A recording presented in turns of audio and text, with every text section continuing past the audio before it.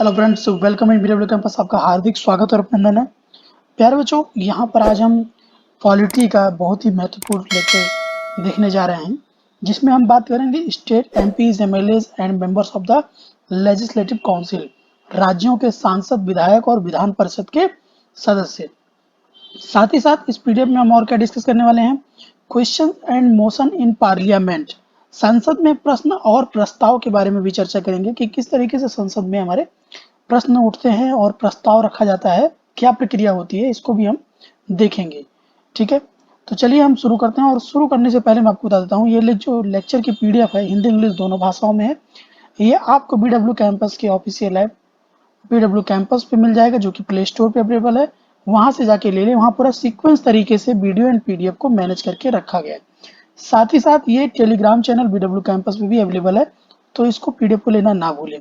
ठीक है फ्रेंड्स, अब चलते हैं हम नीचे। यहाँ पर बीडब्ल्यू कैंपस एंट्रेंस की संस्थान है। यहाँ पर आप कोई भी यहाँ पर कोर्स ज्वाइन कर सकते हैं, पढ़ सकते हैं। आपकी live classes, test series, PDF note, practice set and recorded classes भी सारी अवेलेबल है। इस नंबर पे कॉल करें 70 852 012 पे, आपकी सारी डिटेल्स यहाँ से मिल जाएंगी।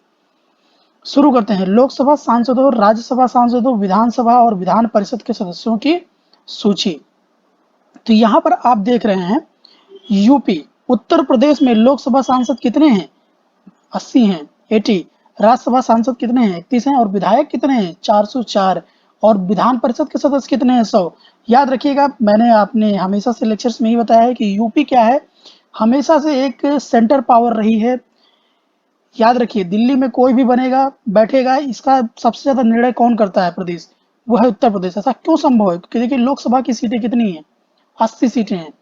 फिर यहीं पर राज्यसभा की आप सीटें देख लीजिए, 31 है। तो मतलब क्या, सबसे ज्यादा निर्णायक पॉइंट यहीं से उठता है, यूपी से। इसलिए यूपी सबकी नजरों में रहता है कि यहाँ पर सरकार किसकी बन रही, चाहे वो स्टेट में हो या फिर लोकसभा चुनाव की बात हो। महाराष्ट्र की बात करें, सेकंड नंबर पे लोकसभा सांसद की सीटें वहां पे हैं, 48 सीटें हैं। राज्यसभा सांसद की सीटें 19 हैं। विधायकों की 289 है एंड विधान परिषद है 78। पश्चिम बंगाल की बात करें तो यहाँ पर लोकसभा सांसद हैं 42, राज्यसभा सांसद हैं 16 एंड विधायक हैं 295। इसी प्रकार से हम बिहार की बात करें तो 40 लोकसभा सांसद, 16 राज्यसभा सांसद और 243 यहाँ पर विधायक, साथ साथ विधान परिषद के सदस्य 75।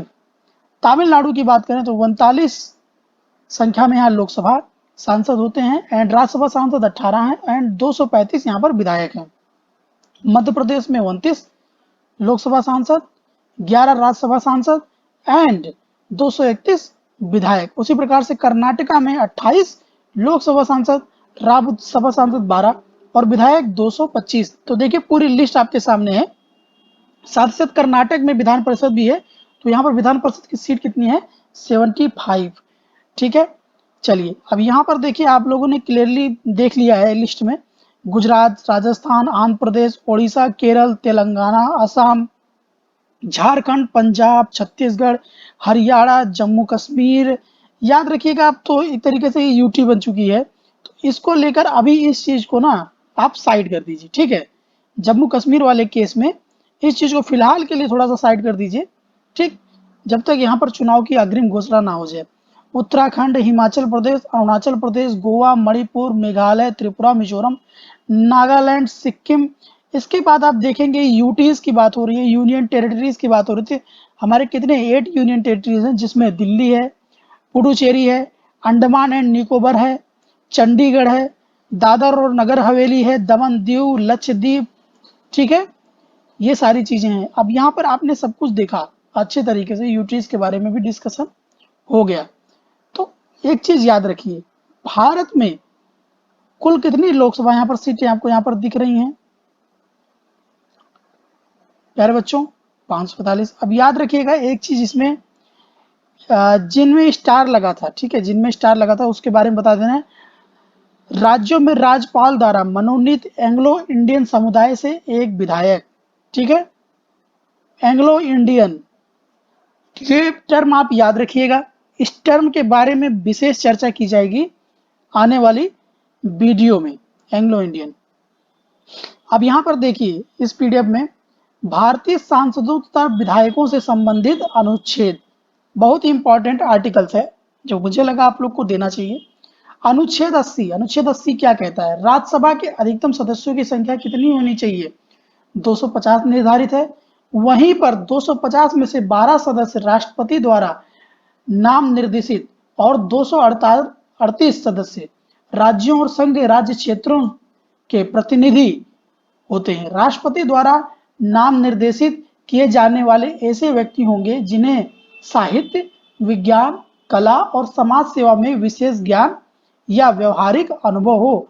तो आप याद रखिएगा 12 जो सदस्य होते हैं ये राष्ट्रपति द्वारा मनोनीत होते हैं और वहीं पर 238 क्या होते हैं, ये राज्यों से चुन के आते हैं।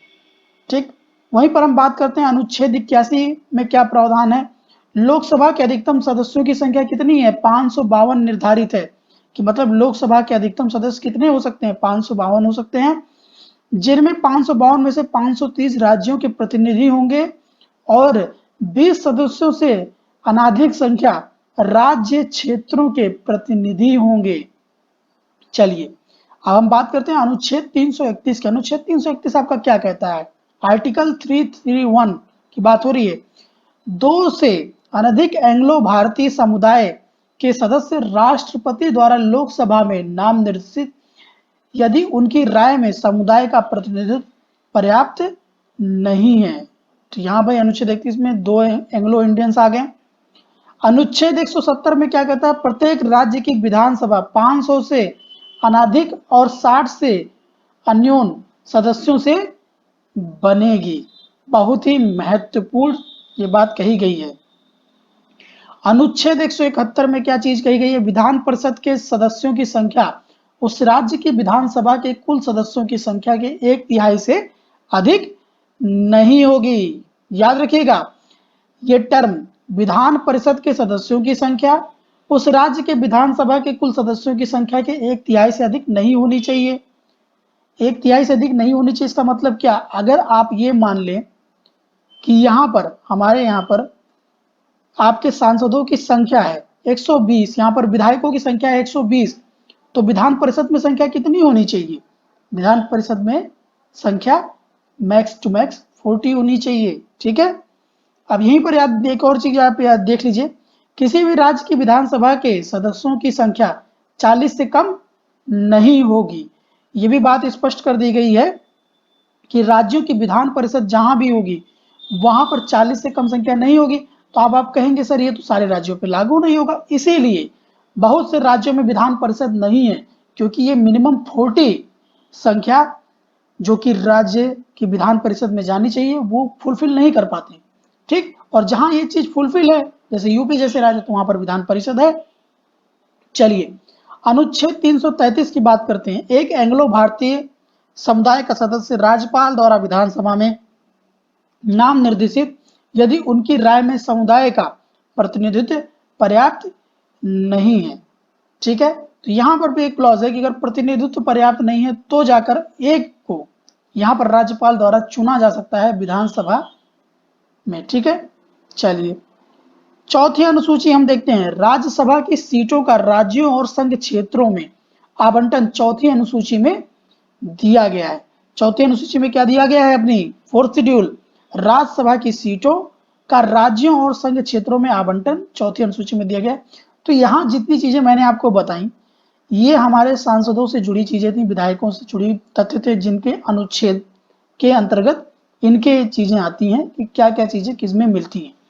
एग्जाम पॉइंट ऑफ व्यू से बहुत ही इंपॉर्टेंट है, अच्छे से पढ़िएगा। ठीक है, अब यहाँ पे देखिए कुछ questions and motions in parliament यहाँ पर पूछे जाते हैं एंड उनके टर्म भी याद रखिए। जैसे शॉर्ट नोटिस क्वेश्चन के बारे में आ गया, आपके स्टेटेड क्वेश्चन के बारे में आ गया, अनस्टेटेड क्वेश्चन के बारे में आ गया, मोशन के बारे में आ गया, ठीक, सब्सटेंसिव मोशन के बारे में आ गया, सब्स्टिट्यूट मोशन के बारे में आ गया, सब्सिडरी मोशन के बारे में आ गया।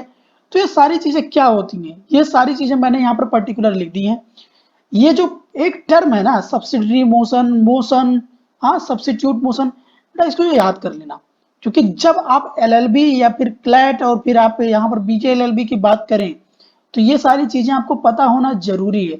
बट यही सारी चीजें हमारे जो बाकी एग्जाम्स हैं जैसे बाकी जैसे सीएचएस के हो गए, बाकी एग्जामों में ये चीज उतनी खास मदद नहीं करने वाली। बट हाँ एलएलबी वालों, क्लैट वाला।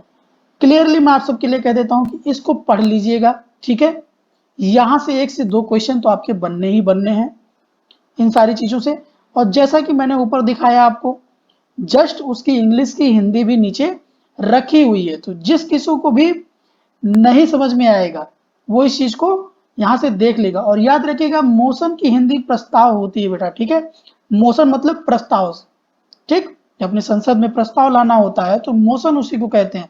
कई बार मीडिया में भी आप ये टर्म सुन रहे होंगे। तो पीडीएफ को लेना बिल्कुल ना भूलिएगा एंड इस चीज को जरूर पढ़िएगा।